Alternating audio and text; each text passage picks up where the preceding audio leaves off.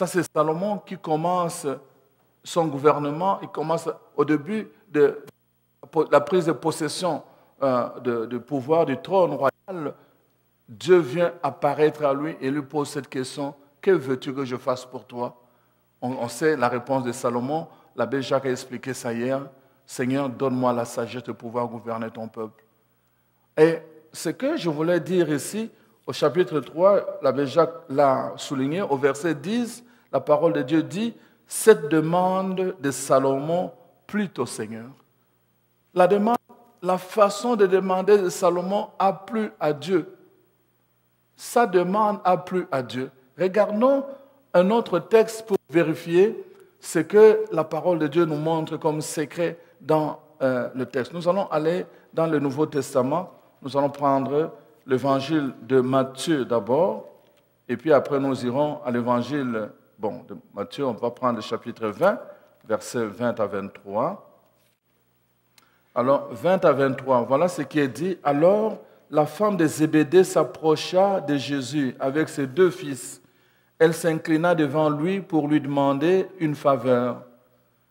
« Que désires-tu » lui dit Jésus.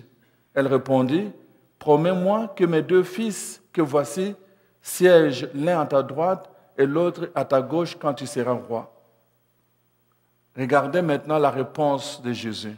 Par rapport à la réponse, je voulais mettre en parallèle avec la réponse de Dieu par rapport à la demande de Salomon. Voilà ce que Jésus répond. « Madame, vous ne savez pas ce que vous demandez. Vous ne savez pas ce que vous demandez. » Et dans la suite, il va dire: il y a des choses qui m'appartiennent à moi, il y en a d'autres qui dépendent de mon Père, que je ne peux pas vous accorder. Vous demandez, mais je ne peux pas vous l'accorder. Vous ne savez pas ce que vous demandez. Alors que pour Salomon, nous avons la parole de Dieu dit: sa demande a plu à Dieu. Il y a un secret là-dedans. Pourquoi la demande de Salomon peut plaire à Dieu et pourquoi la demande de la mère de Zébédée, la mère de Jean et Jacques, la femme de Zébédée, n'a pas plu au Seigneur Jésus-Christ? Il y a un secret derrière ça. Nous allons voir un 3e texte parce que je voudrais que vous voyez ça en parallèle. Nous allons voir le texte, la lettre de Jacques. Alors, nous allons prendre la lettre de Jacques au chapitre 4. Vous voyez, Jacques pose évidemment toute la question sur la demande. Vous faites des demandes et vous n'obtenez pas. Pourquoi? Parce que ce que vous demandez, c'est pour assouvir vos plaisirs personnels et non pas pour assouvir le besoin de Dieu. C'est pour vos besoins personnels. Donc, en fait, vous demandez mal. C'est pour cela, parfois, Dieu donne aux uns et il ne donne pas aux autres, même si tous les deux répondent à la même question: que veux-tu que je fasse pour toi? Vous voyez? À l'un, la question, la réponse a plu. À l'autre, la réponse n'a pas plu. Pourquoi? La façon de demander. Pourquoi il demande mal? Faute de connaissance. Quand on ne connaît pas la pensée de Dieu, quand on ne sait pas comment il faut demander à Dieu, alors nous pouvons demander mal. C'est pour cela, frères et sœurs, nous allons prendre le temps de rester dans la parole de Dieu. Je voudrais avec vous que nous puissions examiner dans l'Ancien Testament encore les textes d'Isaïe au chapitre 49, versets 3 à 6. Regardez ce qui est dit. C'est toi, mon serviteur Israël, dont je me sers pour manifester ma gloire. Alors, au verset 4, ça c'est Israël qui dit: je pensais, quant à moi, je pensais m'être donné du mal pour rien, avoir usé mes forces sans résultat pour du vent. Or, le Seigneur garantit mon droit, mon Dieu détient ma récompense. Pendant tout le temps, on ne connaît pas la pensée de Dieu. Quand on n'a pas l'instruction, on peut se mettre à demander et à attendre de la mauvaise façon, de sorte qu'on peut se décourager. Amen. Amen. Je vous invite à vous lever. La parole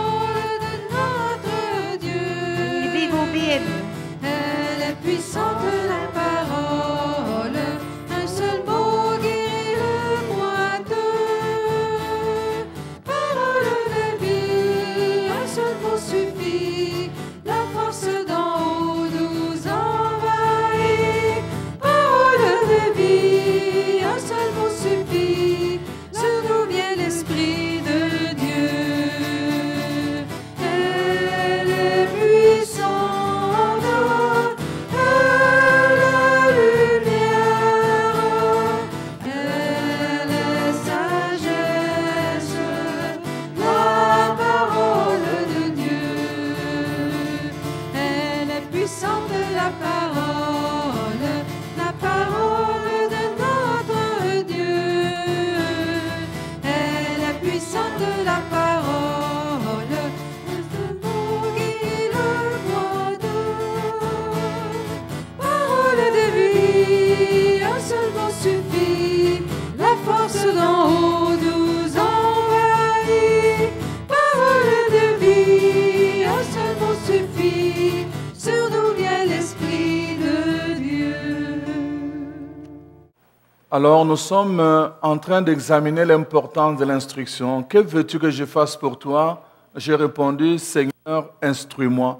L'importance de l'instruction dans la vie de l'enfant de Dieu, c'est la clé du cœur de Dieu, la clé du secret de Dieu.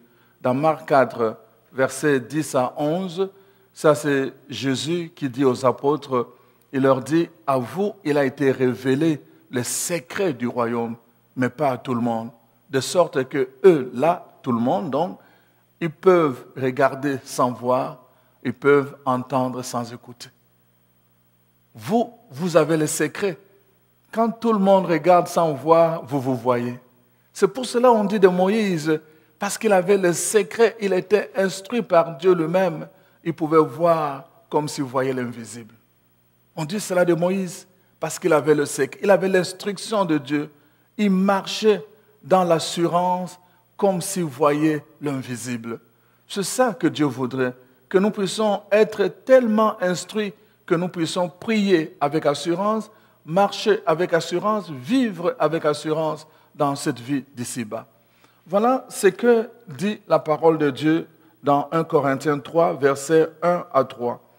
Alors, c'est important. Moi, l'instruction, je ne peux vous donner qu'avec la parole de Dieu. C'est pour ça que je vous dis, quand vous savez, il y a un congrès, apportez votre Bible. Apportez votre Bible. La parole de Dieu dit, nous laissons instruire par trois façons. D'abord, par les yeux, par les oreilles et par la bouche. Ça nous permet de nous laisser instruire. Quand je lis la parole de Dieu et que je la médite, je me fais instruire. Quand j'écoute la parole de Dieu, quelqu'un d'autre le proclame, je me fais instruire. Quand je proclame la parole de Dieu à haute voix, je me fais instruire. Parce que tout ce qui sort de la proclamation revient dans mes oreilles et s'enracine dans mon cœur. D'ailleurs, Jacques le dit, en Jacques 1, 20, il le dit, 20, 21, que la parole de Dieu, c'est comme la sémence qui a été déposée dans votre cœur. Accueillez cette parole comme une sémence qui a été déposée dans votre cœur. Voilà pourquoi, chers frères et sœurs, c'est important que nous puissions comprendre que nous devons nous laisser instruire par Dieu lui-même si nous voulons marcher selon Dieu. Alors, nous allons donc prendre le texte 1 Corinthiens 3. Voilà ce qui est dit, versets 1 à 3. En réalité, frères, si je n'ai pas pu vous parler comme à des gens qui ont l'Esprit de Dieu, j'ai voulu vous parler comme à des gens de ce monde, comme à des enfants dans la foi chrétienne. C'est du lait que je vous ai donné et non pas de la nourriture solide, car vous ne l'auriez pas supporté. Et même à présent, vous ne le pourrez pas, parce que vous vivez encore comme des enfants de ce monde. Vous voyez, même à présent, vous ne pourrez pas. C'est ça qui se passe dans notre vie, chers frères et sœurs. C'est ça la clé.